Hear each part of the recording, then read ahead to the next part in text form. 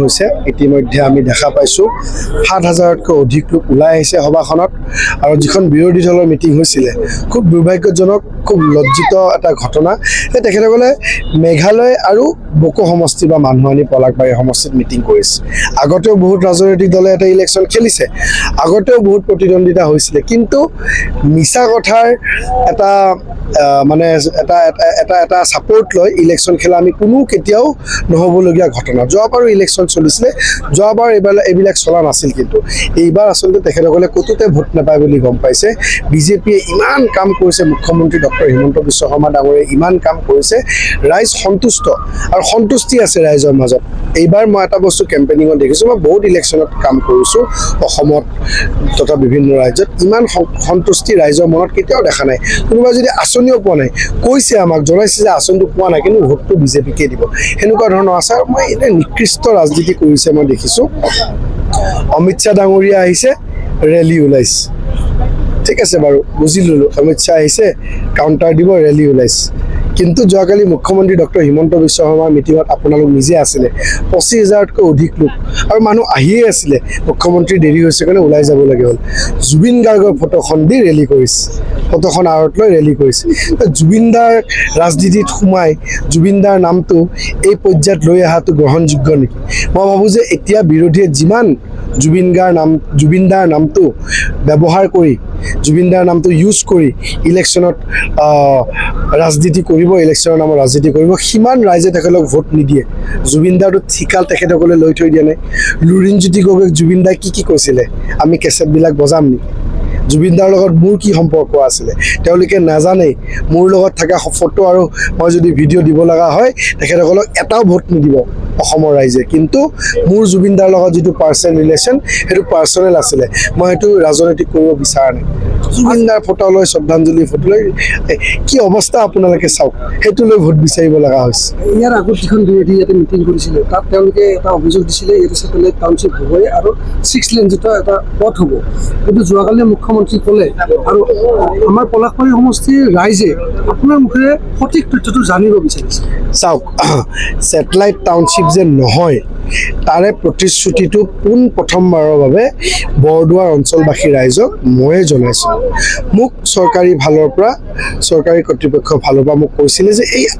ধৰ্ণা দিয়া বা আন্দোলন কৰা লোকসকলক একবাৰ চৰকাৰৰ ঘৰত আহি এবাৰ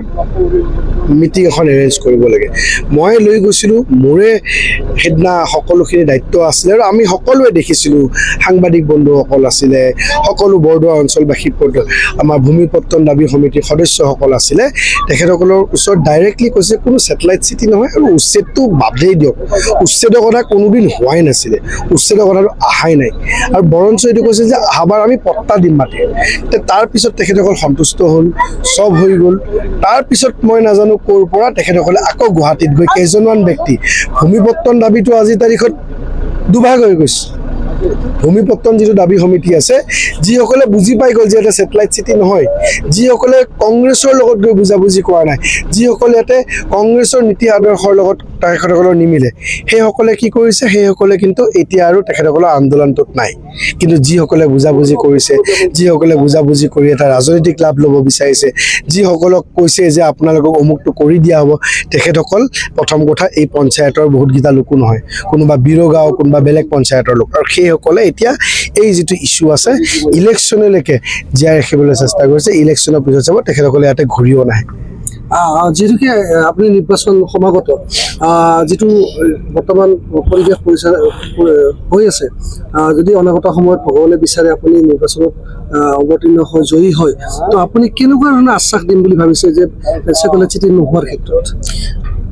মানে মই আশ্বাস দিয়া কোনো ইমান ডাঙৰ মানুহ নহয় মুখ্যমন্ত্ৰী মহোদয় যি কয় আমি তাকেই কওঁ মুখ্যমন্ত্ৰী মহোদয় বিধানসভাত কৈছে যোৱাকালি মিটিঙত আপুনি নিজে আছে কোনো ছেটেলাইট চিটি নহয় তেওঁ আৰু এটা ডাঙৰ কথা কৈছে যে এই অঞ্চলৰ লোকসকলক যদি পাত্তা নালাগে বোলে যেনেকৈ আছে সেনেকৈ থাকিব সেইটো হ'লেও কোনো কথা নাই তাতকৈ ডাঙৰ জনগোষ্ঠীয় লোকক তাতকৈ ডাঙৰ আৰু সন্মান দিয়াৰ কিবা বাকী আছে নেকি মুখ্যমন্ত্ৰী মহোদয়ে এটা কথা কোৱাৰ পিছত ক'ৰ পৰা এইবিলাক আহিছে নাজানো মানে মিছা কথা কৈ ইলেকশ্যনটো পাৰ কৰিব বিচাৰিছে তেখেতসকলৰ কথা কোনো নুশুনে কাৰণ তেখেতসকলে নিজেই আপুনি গম পাইছে ৰাভা আমাৰ হাছঙৰ ইলেকশ্যনত কিমান বেয়াকৈ হাৰিছে অহাবাৰ এইবিলাক কেণ্ডিডেট আকৌ যদি ৰাভা আশ্ৰমত কেণ্ডিডেট হ'বলৈ হয় মইতো ভাবোঁ যে তেখেতসকলৰ জমানত যিটো ধন আছে সেইটো তেখেতসকলৰ প্ৰত্যাহাৰ হ'ব। প্ৰতিটো নিৰ্বাচনত আমি দেখি আহিছোঁ ৰাভা আছামৰ ভোটাৰে এটা নিৰ্ণায়ক ভূমিকা লৈ আহিছে। এই বুলি আপুনি কিমান পাৰ্চেণ্টেজ ভোট ৰাভা আছামৰ পৰা আশা কৰিছে? যোৱাবাৰতকৈ বেছি পাম। যোৱাবাৰতকৈ বেছি এইকাৰণে পাম কাৰণ যোৱা বছৰ ৰাভা আশ্ৰমত অৰুণোদয় বেছি নাছিলে, যোৱা বছৰ ৰাভা আশ্ৰমত উদ্যমিতা বেছি নাছিলে, যোৱাবাৰ ৰাভা আশ্ৰমত ৰাস্তা ঘাট বেছি নাছিলে। যোৱা 5টা বছৰত বহুতে অৰুণোদয় পাইছে, বহুতে উদ্যমিতা পাইছে।